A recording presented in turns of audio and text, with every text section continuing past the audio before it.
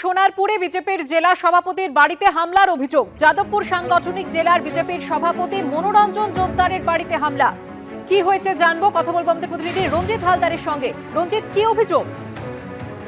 দেখো সুকন্যা, যেটা অভিযোগ যে একেবারে মাঝরাতে ঘুমন্ত অবস্থায় পাথর ছোড়া হয় এই বিজেপি জেলা সভাপতির বাড়িতে। একাধিক পাথর ছোড়া হয়। ফাস্ট ফুড তো ফাস্ট লাইফের একটা পার্ট, সো প্রবলেম তো হবে, বাট আমার সলিউশন তারা তারা তারা। 5 দশক ধরে গ্যাস অম্বল ও পেটের সমস্যার একমাত্র সমাধান গ্যাস নল। প্রায় 10টি পাথর ছোড়া হয়েছে এমনটাই জানা যাচ্ছে, এবং সেই পাথর গিয়ে একেবারে দোতলা যে ঘর রয়েছে সেই ঘরের জানালা হয়ে কিন্তু বেডরুমের ভিতরে চলে যায়। ঘটনাটি কিন্তু একেবারে মাঝরাতে ঘুমন্ত অবস্থায় এই ঘটনা ঘটে। ঘটনার পর থেকে কিন্তু যথেষ্ট আতঙ্কিত হয়ে রয়েছে এই পরিবার। ইতিমধ্যেই সোনারপুর থানায় অভিযোগ দায়ের করা হয়েছে। পুলিশ ঘটনার তদন্ত শুরু করেছে। যে পাথর ছোড়া হয়েছিল সেই পাথরও উদ্ধার করা হয়েছে। মনোরঞ্জন জোদ্দার যেটা অভিযোগ করছে যে এই ঘটনা রাতের দুষ্কৃতীরা করেছে, তবে কে বা কারা করেছে, রাজনৈতিক কোনো অভিযোগ আছে কিনা সেই বিষয়ে কিন্তু কোনো রকম অভিযোগ না করলেও তৃণমূলের পক্ষ থেকে যেটা অভিযোগ করা হচ্ছে যে বিজেপির একটা অন্তর্দ্বন্দ্ব চলছে সভাপতি গঠন নিয়ে। বিজেপির লোকজনেই এই ঘটনা ঘটাতে পারে এমনটাই কিন্তু জানানো হচ্ছে তৃণমূলের পক্ষ থেকে। সুকন্যা, ধন্যবাদ রঞ্জিত। আপনাদের শোনাবো বিজেপির সভাপতি মনোরঞ্জন জোদ্দার ঠিক কি অভিযোগ করছেন। রেল লাইনের বড় বড় পাথর একেবারে বাছাই করে নিয়ে আসা দেখে বোঝা যাচ্ছে, সেটা এনে ছোঁড়া হয়েছে আমার বাড়ির উপরে। তাতে আমার বিভিন্ন জায়গায় টাইলস ভেঙেছে এবং একটা জানালার কাঁচ মারাত্মকভাবে ভেঙে ওখানে পড়ে আছে। ওই ঘরে আমার ছেলে সাধারণত থাকে, তো সেই ঘরের ভিতরে সম্পূর্ণ জায়গাতে ওই কাঁচ ছড়িয়ে পড়ে আছে। মারাত্মকভাবে কাল জখম হতে পারতো ওই ঘরে যদি ছেলে থাকতো। জানলাটা ভাঙা, বাইরেও কিছু পাথর পড়ে আছে। উদ্দেশ্য সমাজ বিরোধীদের উদ্দেশ্য কী থাকতে পারে আমি তো বুঝতে পারছি না, যে এটা হঠাৎ করে কেন ঘটলো, তাদের উদ্দেশ্য কি এটা আমি বুঝতে পারছি না।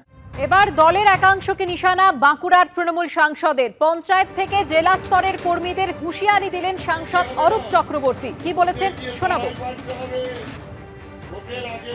পঞ্চায়েতে যারা গেছে তারা ভাবছেন আমি পঞ্চায়েতটা চালালেই হবে, আমার পার্টির দিকে মুখ না ঘোরালে হবে।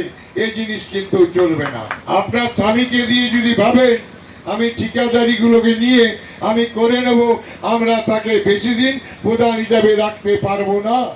পঞ্চায়েত সমিতিতে যারা আছেন তারা যদি দলীয় কাজে নিয়োজিত না হন, তারা যদি বুথ কর্মীর সঙ্গে সঙ্গ না দেন, তাদেরও কিন্তু বেশি দিন থাকার অধিকার থাকবে না। এটা পরিষ্কার ভাষায় শুনে রাখুন। এতদিন হেলাফেলা যা চলেছে, এখন কিন্তু তা চলতে দেওয়া যাবে না। যেসব অঞ্চল সভাপতিরা এসেছেন, যদি কাজটা করতে পারেন করুন, আর যদি ঢিলেমি করেন ছেড়ে দিন। আমি নতুন অঞ্চল সভাপতি নিয়োগ করে দেবো।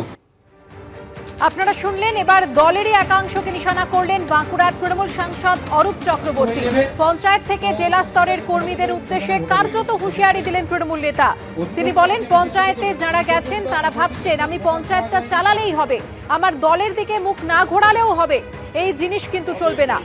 পঞ্চায়েত সমিতিতে যারা আছেন তারা যদি দলীয় কাজে নিয়োজিত না হন, তাদেরও বেশি দিন থাকার অধিকার থাকবে না। এখানেই শেষ নয়, গতকাল হাটগ্রামের দলীয় সভা থেকে পঞ্চায়েত প্রধান এবং তাদের স্বামীদের বিরুদ্ধেও সরব হন বাঁকুড়া তৃণমূল সাংসদ।